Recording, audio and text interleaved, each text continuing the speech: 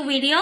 So today we are here with a new topic of class 9, that is mitochondria and plastid. We will study today two topics, mitochondria and plastids.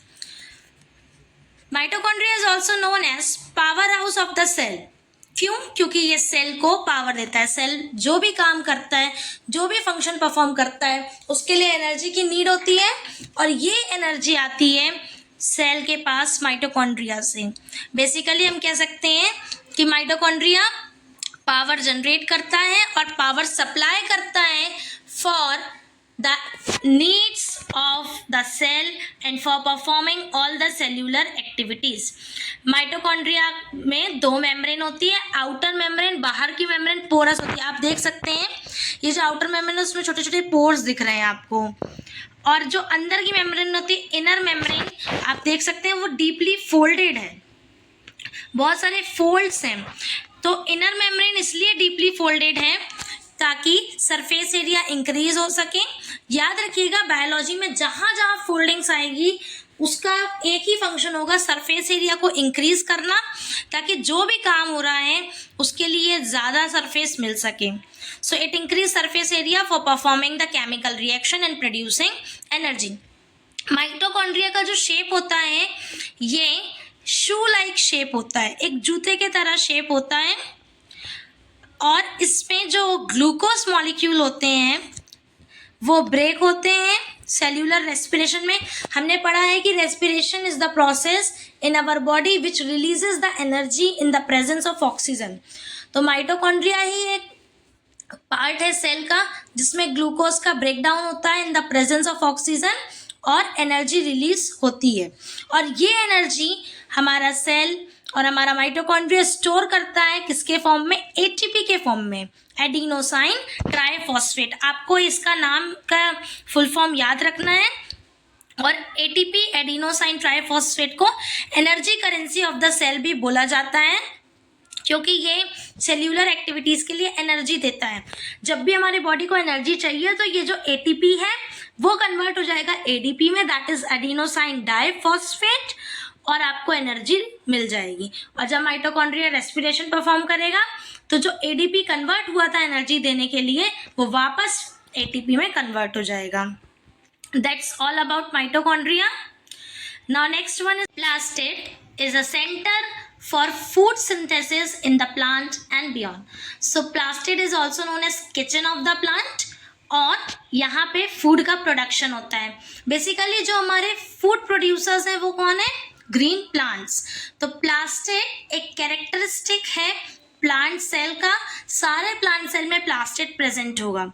Animal cell में उस food से energy provide करेगा हमारा mitochondria, और जो हमारा plant cell है वो खुद फूड सिंथेसाइज करते हैं.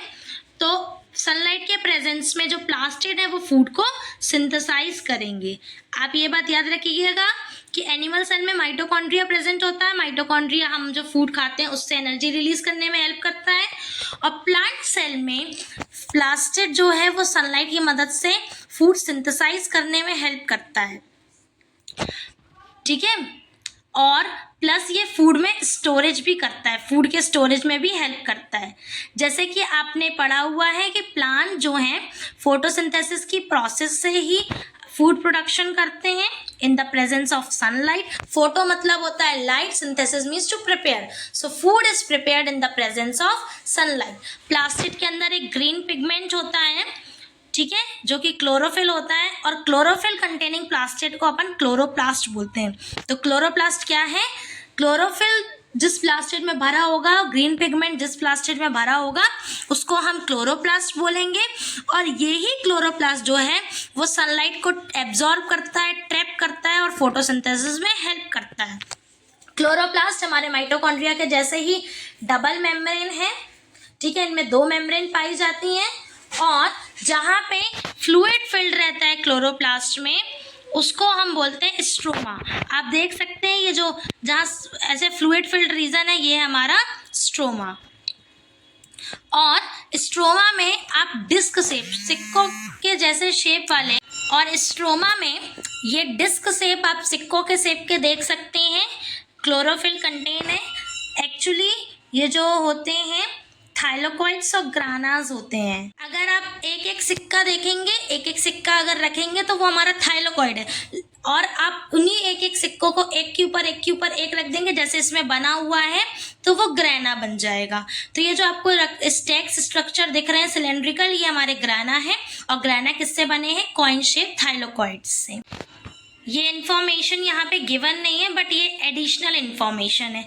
जो लाइट एनर्जी है वो एब्जॉर्ब होती है इनसे, ये हमारे थाइलोकॉइड्स से और ग्रैनास से फोटोसिंथेसिस में, और शुगर का सिंथेसिस होता है, मतलब शुगर बनता है इस प्रोसेस में। और जो शुगर है वो उसको स्ट्रोमा, जो हमारा लिक्विड एरिया है, वहाँ पे स्टोर किया जाता है स्टार्च ग्रेन्यूल्स के साथ। स्टार्च के भी छोटे छोटे बोल सकते हैं पार्टिकल्स होते हैं, और शुगर यहाँ स्टोर होता है। माइटोकॉन्ड्रिया और प्लास्टिड में एक फीचर है, आप देखेंगे कि इनको ना सेमी ऑटोनॉमस ऑर्गेनेल बोला जाता है। क्यों बोला जाता है? क्योंकि इनके पास खुद का डीएनए होता है और खुद का राइबोसोम होता है, तो ये अपने खुद के प्रोटीन बना सकते हैं, इसलिए इनको सेमी ऑटोनॉमस ऑर्गेनेल बोला जाता है। और यही कैरेक्टरिस्टिक बताते हैं कि माइटोकॉन्ड्रिया और प्लास्टिड एक ही हिस्ट्री को शेयर करते हैं, ठीक है, सिंगल सेल्ड ऑर्गेनिजम्स में। क्या ये प्लास्टिड्स प्लांट सेल में और कोई पिगमेंट कंटेन करते हैं? ऑफ कोर्स, हमें अलग अलग कलर के प्लांट सेल्स दिखते हैं ना, मतलब हमें फ्रूट का कलर अलग दिखता है, फ्लावर का कलर अलग दिखता है, वेजिटेबल का कलर में वैरायटीज होती हैं। ये इसलिए क्योंकि अलग अलग कलर के प्लास्टिड्स भी प्रेजेंट होते हैं other than the green colour containing pigment. उनको बोला जाता है क्रोमोप्लास्ट। क्रोमा मतलब colour, plastids means pigment containing organelle. ये पिगमेंट येलो भी हो सकता है, ऑरेंज भी हो सकता है, रेड भी हो सकता है, और इसी पिगमेंट्स की वजह से जो इस क्रोमोप्लास्ट में कंटेन है, इनकी वजह से ही हमें ब्राइट कलर्स दिखते हैं फ्लावर्स और फ्रूट्स में। और इनका काम क्या होता है ब्राइट कलर का? ये सिर्फ शो ऑफ के लिए नहीं, ये पॉलिनेटर्स जो हमारे बीज हैं, जो हमारे इंसेक्ट्स हैं, इनको अट्रैक्ट करते हैं पॉलिनेशन के लिए, और एनिमल्स को अट्रैक्ट करते हैं ताकि आए।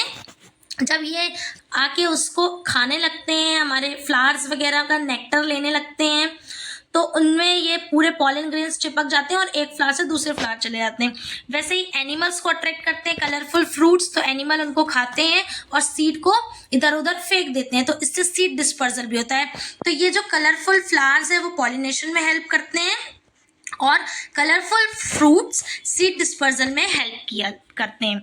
और कुछ ऐसे प्लास्टिड्स भी होते हैं जिनमें कोई पिगमेंट नहीं होता, एक कुछ में ग्रीन था, कुछ में येलो, ऑरेंज या रेड था, और कुछ में कोई पिगमेंट नहीं होता, उनको बोला जाता है लूकोप्लास्ट। लूको मतलब वाइट, प्लास्ट मतलब प्लास्टिड से रिलेटेड है ये। तो लूकोप्लास्ट का काम होता है मटेरियल को, फूड को स्टोर करना। क्या क्या स्टोर करते हैं? स्टार्च, ऑयल, प्रोटीन, और उनको क्लासिफाई किया गया है ऑन द बेसिस ऑफ वो किस तरह का फूड स्टोर करते हैं। उसके बेस में 3 तरह के ल्यूकोप्लास्ट होते हैं।